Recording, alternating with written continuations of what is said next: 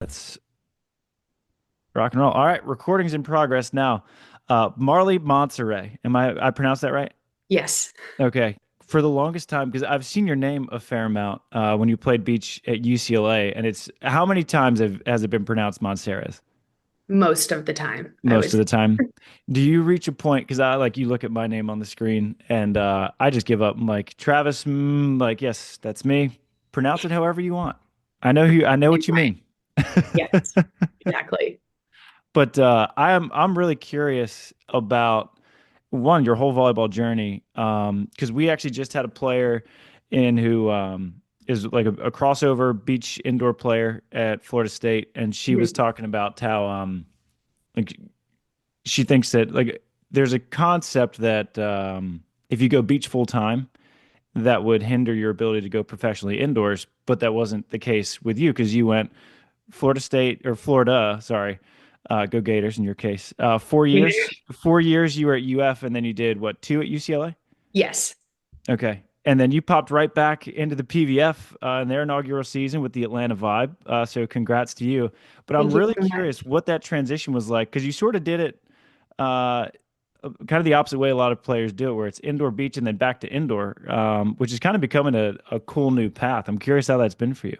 Yes, it was awesome. I didn't plan on playing indoor again. I loved my time at Florida and I graduated in December and hopped right into the beach season. So it was a pretty fast transition. And I loved my 2 seasons there. It was like time of my life. And then the PVF became an option after.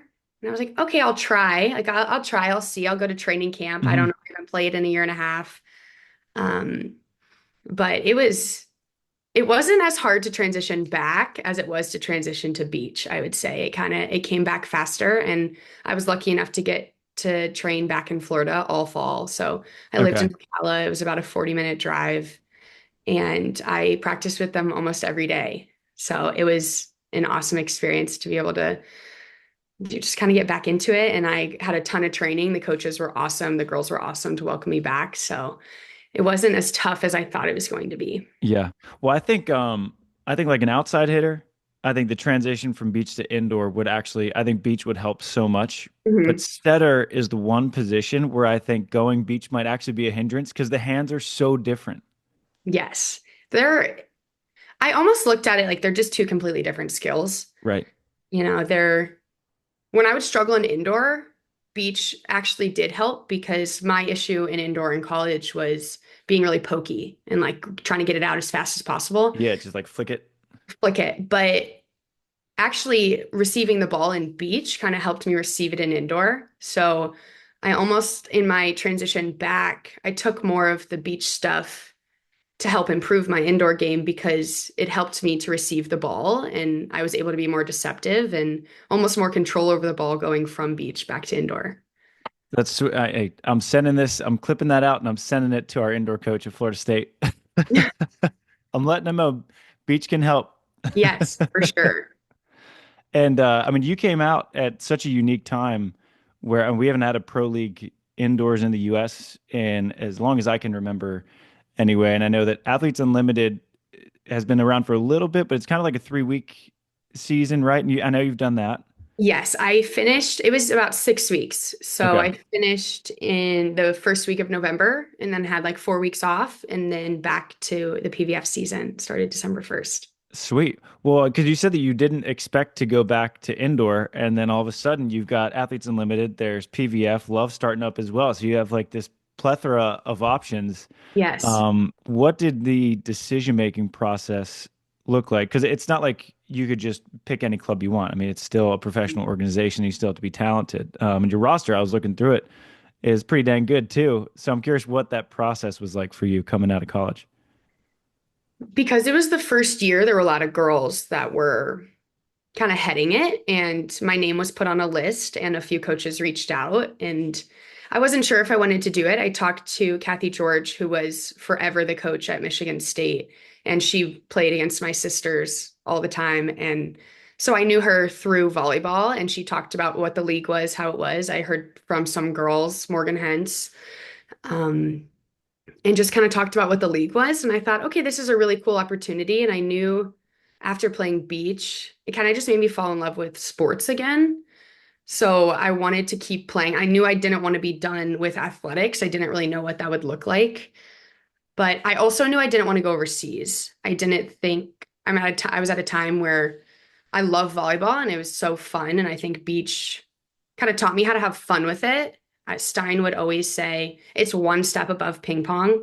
And I took that into indoor too, because I just thought if you're not having fun, there's no point because we worked so hard to get degrees. I can get a job if I want to, but volleyball is a gift that you can do for fun. And also now it can be a career for indoor again and not have to go overseas. So it just kind of was word of mouth. This is what the league is. And it sounded so exciting. And I knew a bunch of people in it. So I said, okay, I'm going to do it. And it just looked like talking to coaches, talking to players. Atlanta contacted me and was like, this is the list of people we have. And honestly, it came down to Allie Linehan, played at Kentucky, amazing. She was deciding between a few teams and she said, okay, I think I'm going to go with Atlanta. And I said, okay, if you're going to Atlanta, I'm going to Atlanta. And she, one of my best friends from fifth grade, was actually at Kentucky and was in her wedding, and they're best friends. Oh, And I thought, wow. okay, like I'll have a safe person there. Yeah, And we ended up becoming best friends. So it really worked out. It was kind of just all about personnel and situation and how it all worked out. that's awesome. And I'm curious because you said the beach kind of reinvigorated your love of sport again, and it was a lot of fun. I always like to know what does fun look like for you? Because I think with competitive people, fun's a little bit different because you have sort of the goofy, laugh it off fun. But I get the sense if you played at Florida, you played at UCLA, now you're playing professionally, that's not kind of your vibe of fun. Yes, I think the fun came from almost learning volleyball again, like starting from scratch. Like you know how it feels when you're little and you're getting better. And it's when you're little, it's such a big jump. Like every day you get better, you get better, you get better. But when you get to that college level, it takes so much work to get that tiny bit better. And almost switching over to beach, it was being little again. It was learning how to learn again and just Beginner's having, mindset. Yeah. yes, it was the beginner's mindset and kind of having to scratch everything you thought you knew and just diving headfirst in. So I think the fun came from learning new things and the beginner's mindset. And then once you start to learn, then you could be more competitive. And then it was just, that was what was fun. And you got to play with one of my good friends, Jaden Whitmarsh. And I Oh, was, I can't say enough about Jaden. I was also just texting Devin, and she said you texted her and Jay. yep. And I just love them so much. I talk to them all the time. They're part of the reason that I want to get back to California. I'm like, wait, best friends are in California. I want to be in California. I can't blame you. It's a good crowd to run with. But I texted them. I said, anything I should bring up? And they said, one, all caps, best human being that they know. So that's a ringing endorsement. But Jaden also said that you cry more than anyone she knows, mostly happy tears. I just want to see, are you going to cry on this podcast? No, I won't. But once you said that, the little tickle behind my eyes, it's like a laugh cry. I don't know why. When I'm around Jaden and Devin or just anyone that played at UCLA, like I was never really like that growing up. I mean, I cry. I'm a crier, but not like a happy crier. Like Yeah. it just brings something out of me where it was just like in their presence, there's just so much joy. So then I was just like, okay, I'm just gonna cry. I'm laughing so hard that I'm gonna cry. And every time I see them, I cry. So I am a crier, but I think they bring it out of me a little bit more than most. Have you? It's funny because we were talking yesterday, because they're moving their podcast to Devin's apartment, I think, and they were just asking for podcast equipment recommends. Mhm. Have you been on their podcast yet? I have not. I hope so. Oh my gosh, Okay. that's so fun. I was wondering if you can barely make it through just chatting to him without crying, that might take a little bit to get through the pod. That would be hilarious, though. I'm interested. So you at Florida, you enter the transfer portal. Was it a portal back then? I don't even know how it It works. was. Okay. So what was that like for you? Enter the portal, like were you expecting to get because UCLA, I mean that's at the time that was the best program in the country to go to between UCLA and USC. What were your Mhm. expectations when you popped in there? My journey was a little bit different with the portal. I went into the portal right after it was the COVID season. So right after the Okay. 2020 championship, I hopped in the portal for the summer, knowing I wanted to go back to Florida for my senior year. It was kind of an awkward, tough situation. Like I want to go in the portal, I want to stay. I don't really want to tell anyone I'm in the portal because I want my senior year to be everything it can be. And I also was debating, I'm going to go in the portal. I'm going to go try to see if anybody wants me, if there's any interest. But I also had a fifth year for indoor that I didn't end up taking. Okay. So I had the options were go find somewhere to play beach or stay at Florida for a fifth year. I wouldn't have ever gone to play indoor anywhere else just because I loved Florida so much. And both my sisters went there. It just didn't feel right to end a volleyball career at somewhere other than Florida just because I loved it. Right. But it was an awkward, like I'm in the portal, I'm going to California to visit schools. Nobody really knows I'm here, Yeah. but it was nice. I reached out to any and every school that would talk to me. I didn't really have any expectations. My sister played her first year at South Carolina and played beach there as Got it. well. And so I knew Moritz and RJ there. So they were kind of my first contact. I was like, oh, I'm super interested in South Carolina. I think that would be awesome. I visited there. And then once I visited UCLA, I kind of just fell in love with it. I was like, I don't really care if I play or not. I know the culture, I know the coaches. I just knew that I would set myself up for better success going to school. Even if I didn't play, the degree would have been great. I knew the Right. people would be awesome. So I kind of went in thinking like, okay, well, Stein said you're not going to play your first year, so at least you have two and you can try your hardest. And I said, but is there a chance I play my first year? And he said, no, there's always a chance. And I said, that's all I need. I just need a chance. And he gave me one, and I did get to play both years, and which was, I was just surprised every single day I went into practice. I would finish practice and I was like, oh, I did kind of good. That's okay. I was okay today. But I think it was just the girls around it made it so easy to succeed.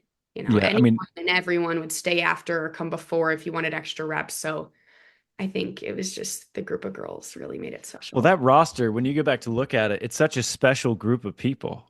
When, I mean, you got you, Jaden, Devon, what Lexi probably would have been a youngster on that squad. Denneberg, Yeah, same year as them. Riley, Riley Powers was coming in. Abby Van Winkle, was she in yet? Okay. I mean, Abby is just my grade. So I was with Abby okay. both years. I was with all of them both years. They're Jaden, Devin, Lexi are all the class below me. Okay. Got it. Would you have played a year with Savvy? No, she was the year Okay. before. Just missed Sav. Got Yeah. it. Okay. But I mean, still, I mean, that was when that program was the talent that they had, especially when considering the COVID time warp and the talent Mhm. retention that they had. Like them and USC, I look at those rosters, I'm like, holy cow, that's crazy. It was crazy. Because I'm so interested because now, like in a coaching perspective, I see all these athletes entering the portal, but I was always wondering what it's like from an athlete's perspective. Like when you jumped in, were you doing the reaching out, or more coaches reaching out to you? I reached out to mostly everyone. Yeah. I got a lot of people reaching out thinking I wanted to play indoor. And I was like, nope, nope. It says beach volleyball next to my name in the portal, Yeah. please. I don't want to play indoor anywhere. So, yeah, but I Got did it. a lot of the reaching out and people were really kind and said, well, we'll see what you can do, I Yeah. guess. Well, I mean, that's a big move for you to make, going from Florida to California, especially when you had a familiar face at South Carolina. Was there kind of an X factor that led you out to UCLA? Lexi, I've known since I was a freshman in high or sophomore in high school. We played Okay. against each other like all the time, no matter what. I also date her brother No since kidding. high school. So I've known her, I've seen her every other day for like 6 years. Got it. So Is he getting drafted? he did out of high school. So he's still in the Okay. minor leagues. Got it. Where's he at right now? He off season right now, he's living in West Palm. That's where Okay. they do spring training there. So he's just kind of living there for the fall. You guys are doing the full professional athlete thing. Yes. So you've done all kinds of jumps then. I mean, you went from Florida to UCLA. I'm guessing that having grown up in Florida, you have a beach background. I actually don't. I No. never played ever. No So I kidding. think people were like, "Oh, are you sure? You want to go play?" I was like, "No, I really do. I plan to graduate early so I could go play. I really think this is what I want to do." I did not play much growing up other than a sand practice in club volleyball. Yeah. That last year of college, I played some for fun in the summer just because it did bring me joy in the stress of COVID. We were allowed to be outside and allowed to do that. And I did a few training sessions in Tampa with Pre, and Okay. that was kind of my Wow. send. They were like, "Oh, good luck." Man, you picked it up quick because it's not like you were just walking on to a middling program with no talent. Like you came in with no beach experience to maybe the most talent-rich program in the country, and you earned a starting spot with a coach who he doesn't Stein just doesn't give out free tickets. Like he wasn't doing that out of the kindness of his heart. You earned it. How'd you pick it up so quick? think it was just, I think it was the help of everyone around me. I mean, Lexi would come in every single day before practice and be like, "This is what we're doing. You need to get better at this. You need to be able to pull. You need to be able to pass. That's what you're going to do." And setting was already kind of something I just leaned back on. I was like, "Okay, well, I am really good at this. So I can be good at this. And the other things I'll just try to get better at each day."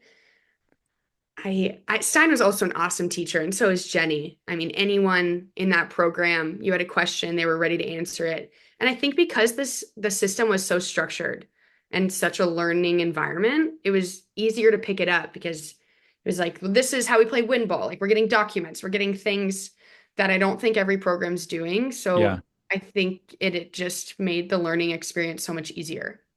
Yeah, I mean, clearly you picked it up quick, and it's no accident that Stein made a winner at UCLA, and he's Texas is going to be a beast pretty soon too. I'm excited to see what he does. That's an awesome school. Yeah, it's I'm interested to see what the facilities look like because Texas, with the way their football program's going, money is not a problem right now for Texas.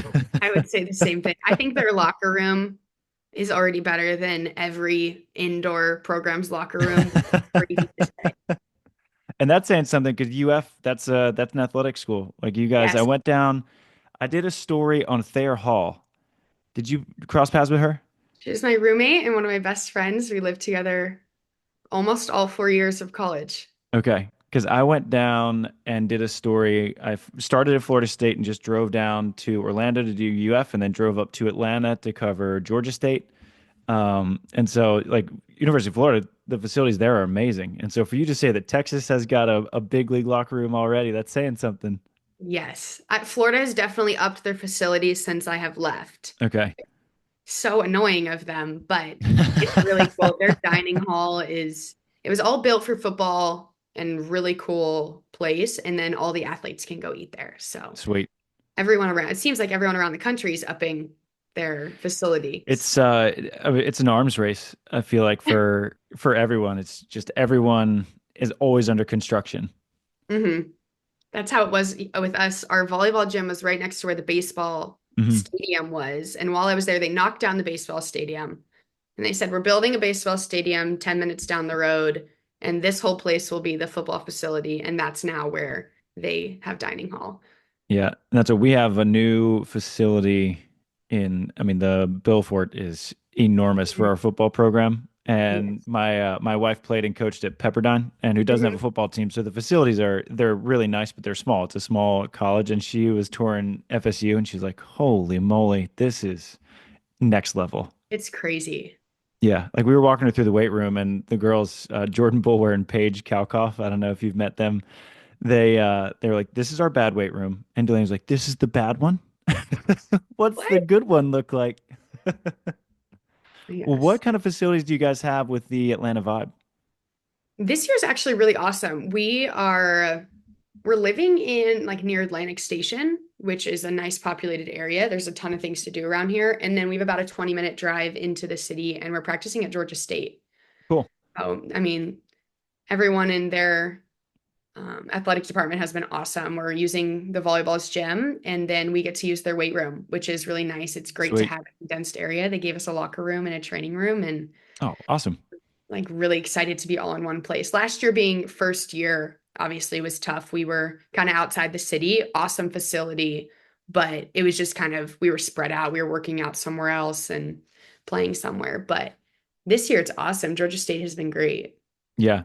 I'm curious, how did year one go? Because year one with anything, whether you're going from indoor to beach or you're starting a podcast or a brand new volleyball league, there's going to be some ups and downs, and some things are going to go well and some things are going to need room for improvement. I'm just so interested in how that first year went. Because on the court, you guys go 19-6. You end up third leading setter in assists, so pretty well on the court, but there's just so much more to it. It was way smoother than I think, well, than I thought. I don't know what everybody else's expectations were. I wonder if it was almost easier for me going from a beach program to this because I almost forgot what it was like to be an indoor Power Five Hmm. team. There's just so many things that go along with that. There's just so much money in Yeah, Division I indoor volleyball, whereas like UCLA, amazing, but there's not as much money in beach volleyball. right. So there's some things that definitely people were like, well, we need to be doing this and this. I'm like, oh, I haven't had that in like 3 years. So it seems great. But I think everyone that worked for the team just did everything they could to make it the best experience possible. Our owner's awesome, and she would do anything to make the experience great. I can't speak to other teams, but our team, we meshed amazingly. So it made any hiccup just so much easier. Like, oh, you don't have this. Okay, well, we're still having fun. Like we're enjoying each other, we're enjoying volleyball, and we were doing it at a pretty high level. Yeah, you must have, because on the court it went pretty well. And you started the season, you weren't the starting setter to start, right? And then you got moved in kind of second half. Correct. Okay. After, yeah, probably like 6 or 7 games, I would Okay. say. I didn't have any expectations going to season. I was so excited to make the team. Like, this is awesome. I'm still having fun. I loved the girls. I loved practice. Didn't really matter what side of the net I was on. I just wanted to compete. I just wanted a chance. I wasn't really thinking like I need to be starting, but it just kind of worked out that I started starting and I was having so much fun. And I think it just came down to just having really good teammates and making it a fun environment. Yeah. I think, I don't know you seem like a similar competitor to me where I'm at my best when I'm having fun and I'm a little bit light and still competitive, but light. So I feel like you're kind of in that mindset where the more fun you're having, the better you are on the court. For sure.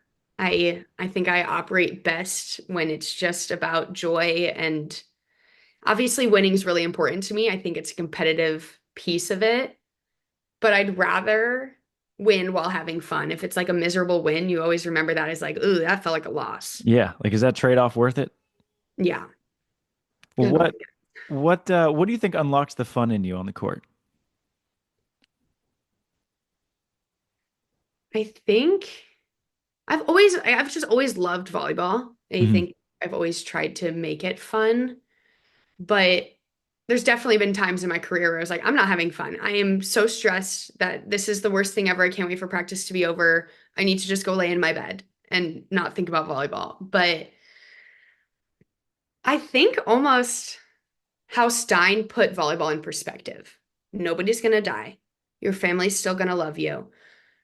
And it's one step above ping pong. And once I could like wrap my head around, it's not life and death. It can be really competitive. It can be really serious, but it doesn't define who you are as a person outside of volleyball.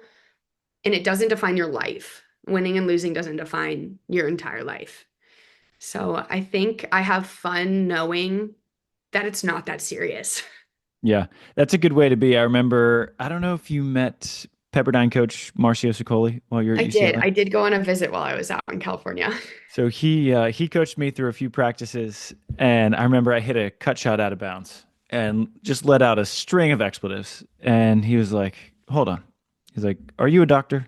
Did someone just die on your operating table?" And I was like, "No." He goes, "All right, take a walk down to the ocean and come back and let me know when you're better." And I've always remembered True. that. Yes. It's just so much about perspective. It is. It is. Winning's still important, but it's not the only thing. Mhm. Yeah. And with that first season, like you came in with no expectations. How was attendance and everything in a lot of those matches? Because I saw the one I forget, Omaha. Yes, that was crazy. That was nuts. I mean, there was what, like 19, there was tens of thousands of people there. Yes. I believe that is true. It was crazy. Yeah, It and was I'm sure that that was probably an exception. One, Nebraska is just ridiculous at all things mhm. volleyball, and people just come out for any kind of volleyball. But I'm curious what Atlanta's attendance was like. It was really good. I mean, the city really showed up, and we were playing in Gwinnett County, so it's a little bit in the suburbs. So there's a lot of clubs out there, a lot of little girls coming to watch, and it was awesome. I think as a league, we averaged 6,000 a game, It's not bad. which Omaha probably picked that up a little bit. I think Yeah, averaging 11,000 every game, almost sold out most of yeah, them. But we had 5,000 consistently. And obviously, weekday games are tough, but right. I believe this year the schedule is mostly weekend games just to make sure we can get those club volleyball girls there and people in the city there. But people really showed up, and it was really awesome to see the community there. And they did a bunch of community engagement. Like before games, they would have cookouts or something. And I think the team in Atlanta just did a lot of work to make sure that the community felt involved. That's really cool because when it started up, I was really interested to see. I was like, I don't know if volleyball's because obviously it's the most played sport for young women in the United States, but there's a difference between, as we see with beach volleyball, difference between a lot of people who play versus watch it. And I was interested to see how it went. And then I saw the Nebraska numbers. I was like, holy cow, there might be a market for this. I know. It was really awesome to see. It wasn't so much surprising for like a few games. Like, Right, oh yeah, people want to see this. Like they show up to college games all the time. But even at Florida, there were games where we had no one. right. We're a Power Five school with a great community behind us. And there's games that people just don't show up to where I almost felt like that just wasn't the case as much, which that was a little surprising. Like people did show up to the games in Atlanta. Wednesday games maybe an exception. A Right. Tuesday game, that's tough, school night. But on the weekends, it was surprising. It was like, wow, there's a lot of people here and Hmm. they're involved and they want to cheer and the team that was working, like the media team, was getting the crowd going with certain chants. And it was a really cool experience to think like, okay, this is a real league. This is teams that people can actually root for.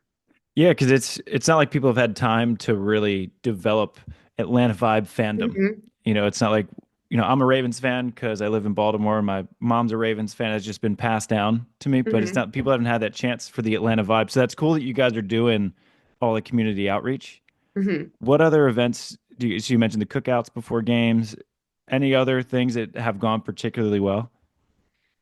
I know the girls that were in market this summer, Shelly, Shelly Fanning was coaching at Georgia Tech. So she was in Atlanta all year and Okay. she did a lot of work with the media teams. Casey Evans lives here, but they did a parade. They were involved in a lot of other sporting events. I know Shelly's done some videos with some of the WNBA girls, and they've just really done a lot of work for the ones that live here. It is tough for the people that just go home for that time or go and do Athletes Unlimited. It's an awkward time because a lot of pro teams in a lot of different leagues, they don't really live in the city that they play in.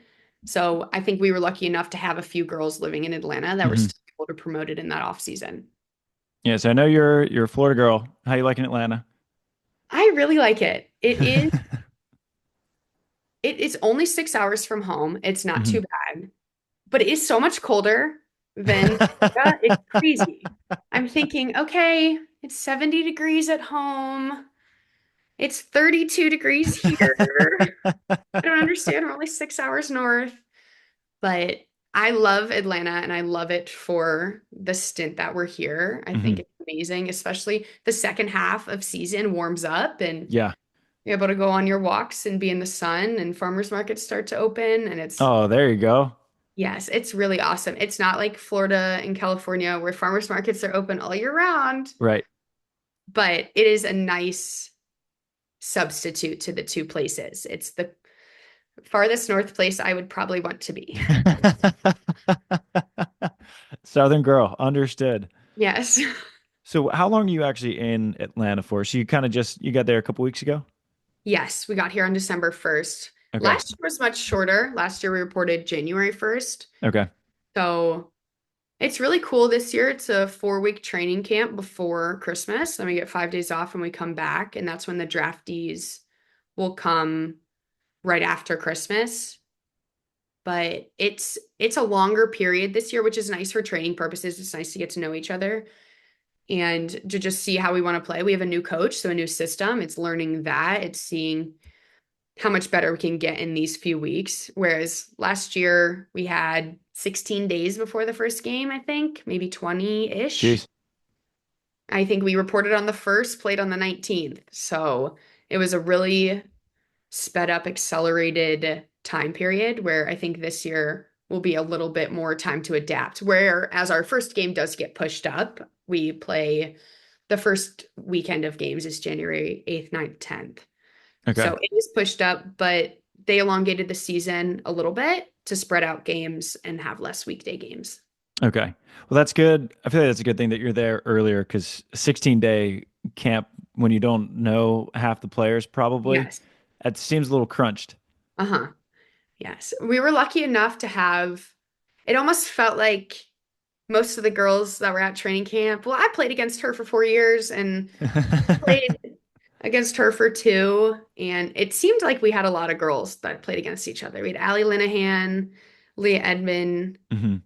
myself, like all in the SEC. And then Morgan Hens at Stanford. We all played Stanford a ton. So it was nice. We did know each other from across the net, but getting to know each other on Right. the team side was a little different. It's definitely different. It's funny because when you, I think the greatest compliment is when you just hate someone across the net and then they come on your side and you're like, thank God you're on our side finally. It's the craziest thing. Leah Edmond tore us up. All 4 years that she was at Kentucky, I overlapped with her too.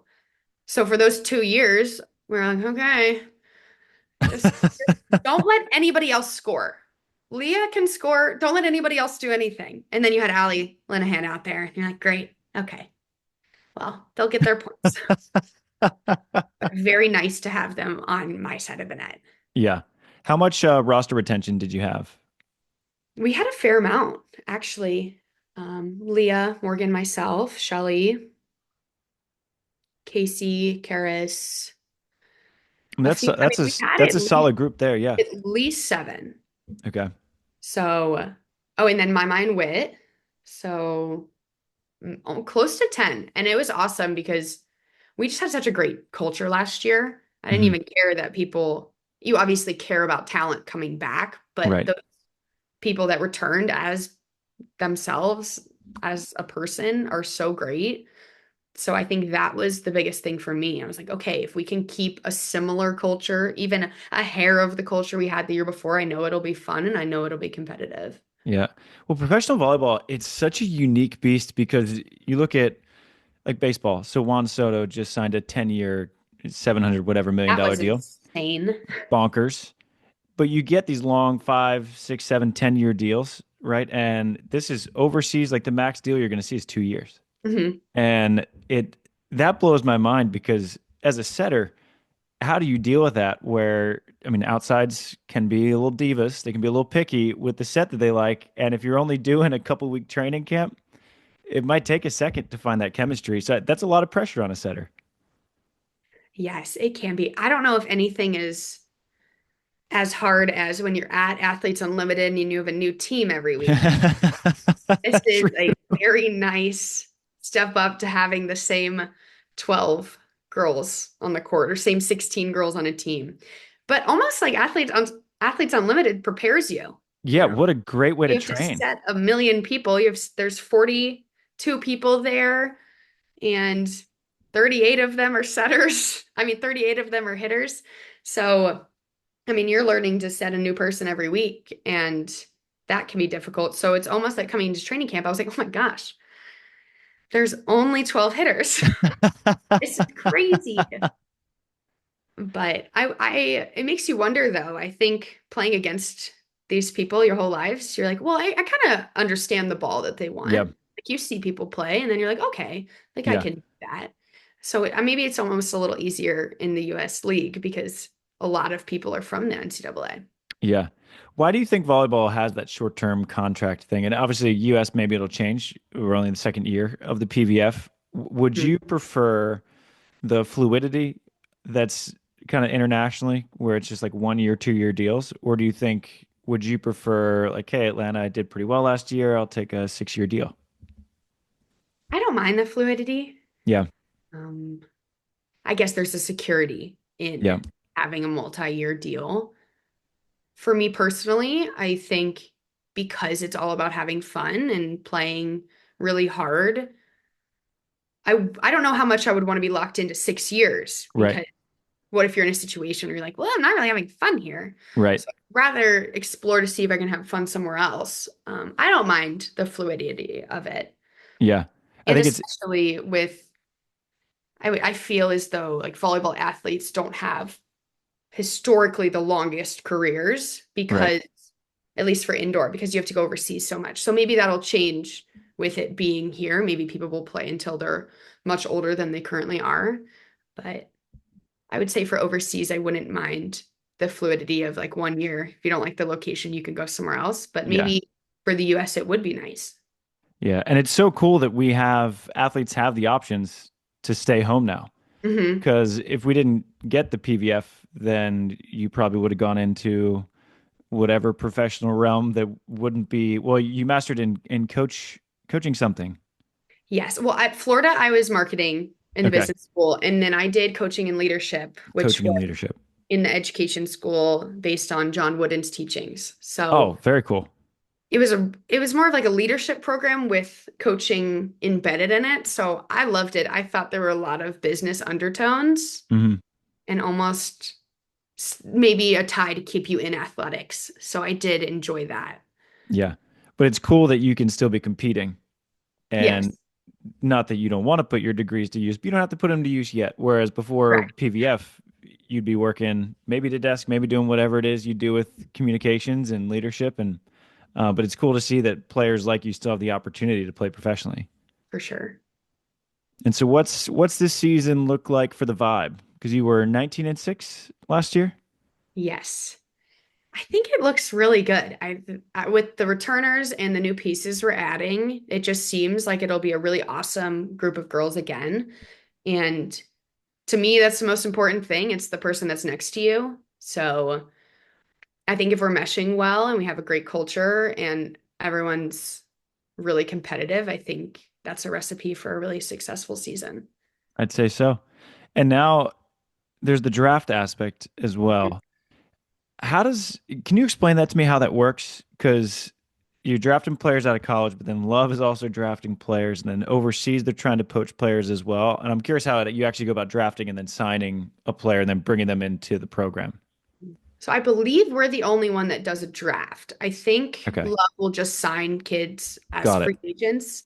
I don't know how many they'll do just because their teams have started and they have, I believe their rosters are pretty full. I think they would take a few college kids, if that. But our league does the draft and there's 5 rounds. So everybody gets a pick in those. And then last year there were trades made with draft picks. So Oh we wow. ended up getting more, which was really, really fun and really cool. And the draft was fun to watch this year. But it works out that they contact kids, or even if they don't contact them, they draft them. And once their season's over, so Florida State, 2 girls were drafted. And so once their season ended, they are now able to sign. I don't know when Okay. they will. I'm not sure how that works. Taylor Head got drafted, right? Yes, Where'd she go? us. I'm You so got her? excited. All right, I let's go know. Vibe. Come on. Come on. I know. I grew up with Taylor too. She's from Orlando. Okay. Yes. And I played her best friend, Ellie McKissick, is the libero at Florida, who I played with, and then also am really close with her older sister. Okay. But so I'm really excited to have her in Atlanta. And then Corey, also from Florida State. Okay. So that'll be really cool. And then Nebraska, Merritt Beeson was the first pick. There was some trading going on there. So it actually made it really interesting. We Yeah. traded our second pick for the first pick, and then a pick in the second round to Indy, because Indy's a new team this year. The Ignite. Yes, Indy Got Ignite, it. which I'm actually really excited about. My whole family lives in Indiana. So I think Oh, that's sweet. my favorite game of the year. But so that's just kind of the draft just works out like that, and the girls can sign. And if they choose not to, they can go overseas then. Got it. Okay. They don't have to sign if they're drafted, but if they have to sign with the team that drafted them if they want to be in the PVF. Okay. That makes sense. And how many teams are there now? Because I know that there are teams scheduled to be added every year. We mentioned the Mhm. Indy Ignite is new this season. Any other newcomers? I believe there was supposed to be two more that just didn't Okay. end up. I think they'll be the following year, but Indy was just really organized and Cool. put out their products really early, which was really fun. We did lose one of my best friends to Indy, Grace Cleveland, but Okay. she lives in Indianapolis and coached at Butler. So Got it. it made sense for her to go, but I'm very sad about it. So Yeah, there's with Indy being added, then how many does that make I in the believe PVF? eight. I'm just going to list them because I would hate to Yeah, be yeah, wrong. yeah. No, list them So out. it's Orlando, Atlanta, Omaha, Columbus, Grand Rapids, San Diego, Vegas, and Indy. So eight. Got it. Also, I want to give credit. Whoever's doing the naming of these teams, the names are awesome. They're really fun. A lot of people put it out on Instagram and said, like, help us come out with a name. They were awesome. I think the Orlando, all due respect to the vibe, I think the Orlando Valkyries is the most badass women's sports team name I've ever heard. It is very cool. Yeah. Yes, they are very cool. Yeah, They whoever play did at, the AVP League could take notes I from know. I was like, come on, they're let's do not a great. little smash. Okay. Like, listen, alliteration can be good. It can be Not a cool. not a requirement. I know. I do love that we have but even with the AVP, I think it was awesome that they did a name. Yeah. It's like it's something to root for. It's something to be like, go Vibe, like go Valkyries. I think it's like a really cool thing to root for. Yeah. What's the vibe? Do you guys have a mascot? I think they were working on it. Okay. I Because don't I know. dig the name, but I didn't know if you guys were trotting out a mascot because I we think that they were trying to reveal something this year. There's a possibility. okay. Because it's funny, like some schools, like North Texas is the big green, but for some Yes. reason their mascot's like a hawk or a falcon, some kind of bird. I was like, Yes. how did we get there? It's the same with like Alabama. Right, Like the Crimson roll Tide's an tide. I'm elephant. like, isn't it an elephant? Yeah, the Stanford Cardinal, it's just a color, ends up being a tree. A tree. Go tree. At least they can say go trees, though. Yeah, that's better. I'm waiting on that game today. I'm so excited. It's the Florida Stanford game. Florida And Stanford. Morgan Hens is my roommate, and she went to Stanford. Yeah, I remember actually Teaching crazy. I met her in Pittsburgh when they went to that Final Four. And I believe they ended up winning that year. I I'm think sure she won she almost every 'cause- single year she yeah, played. because I she think was she won with three out of the four. she had KP. It's tough to lose to Catherine Plummer on your team. So true. We played them my sophomore year, and it was my first game running a 5-1. And I was like, I don't know how to play volleyball. And KP, she's overseas, right? I, Italy? bel I believe she is, yes. Got it. Okay. So you got the regular season. Does everyone make playoffs or do they narrow it down? They narrow it down. Last year was four teams. I do believe this year will also be four teams. Got it. Okay. And that's just based on I'm assuming with 8 teams, there's no conferences, divisions, it's just one Correct. big conglomerate. Okay. And they And just then take we play everyone four times, which is a lot. yeah. I believe they were trying if maybe they added a few more teams, then you wouldn't play everyone four times. But in order to keep the amount of games up, which I'm excited about, I think playing that many games is fine. You get two home, two away, which Yeah. is really fun because we got some really cool cities. When we get to go out to San Diego, it's my favorite because I get to see all my California girls. Yeah. Yeah, that's And this fun. year they won't be in season. I'm so happy. Not that I'm happy that they're not at UCLA anymore, but I am happy they can come to the game now. Yeah, that'll be fun. So top four make playoffs, and then playoffs are kind of March, Aprilish. Trying to figure out May. May. They're Okay, so got they're it. mid-May, around the 14th, I believe. Okay, So it'll be a semi and a final. And they'll both be on CBS, which is really cool. read my mind. That was my next question because last year regular season was streamed on YouTube, Yes, every game was on YouTube, and then there were a handful on CBS Sports. Okay. I think every team probably had two games on it. We might have Okay. had three. It was really nice though to be on CBS Sports, but I do know this year there will be some games on actual CBS, which is really cool. And an Sweet. all-star game they just told us about today. And a what game? And an There'll be all-star an game. all-star game. Oh, no Yes, kidding. That's awesome. I know. I was like, that's so cool. Just like for the league, for the more viewership, I think that's like Hmm. a really cool thing to do. It'll be fun to see the layers start to pile up as the league grows and grows into its maturity a little bit because I'm impressed with how it went in the first year. Starting a sports league, I don't think the general public understands how difficult that is. I can't even imagine. You just feel Securing so, arenas, oh, rosters, places to live, like it's scheduling, getting the funding. It's a lot. mhm, And I was impressed that it went from the outside in seemingly without many hitches. mhm. It Good, was good really for the awesome. PVF. Yeah. Yes. Well, good luck to you. I'm excited to follow the vibe now that you got Taylor Head, we got the Yes. Florida State love that we got to give you guys. So you Yes. I know start. I can't hate on the Seminoles now. It's okay. I know a lot of people that went to Florida State and I love them, so it's okay. When do you go to Orlando? It's a little bit far, but that's probably the closest I would think to Tallahassee. I think I had it in my schedule because I was so excited about Yeah, it. because that's a home game for you. Yes, I love it. I actually really enjoy playing there because all my family gets to go and it's at UCF.